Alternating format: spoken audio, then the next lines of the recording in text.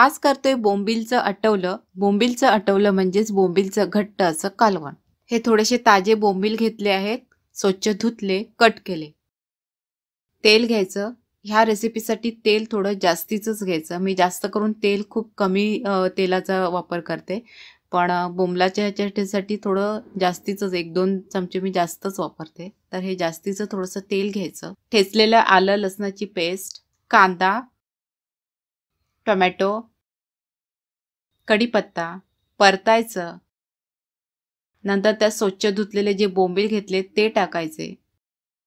2 चमचे आपला घरगुती मसाला घ्यायचा, हळद, गरम मसाला, थोडं पाणी टाकायचं बोंबील शिजण्यापुरतं, हिरवी मिरची, कोकम, मीठ टाकायचं आणि शिजू द्यायचं।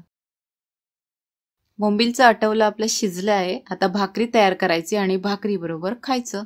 रेसिपी पाहिल्याबद्दल थँक्यू। अशाच मच्छीच्या वेगवेगळ्या पद्धतीच्या रेसिपी यापुढे येत राहतील। त्या तुम्हाला पाहिजे असेल तर चॅनलला सबस्क्राईब नक्की करा।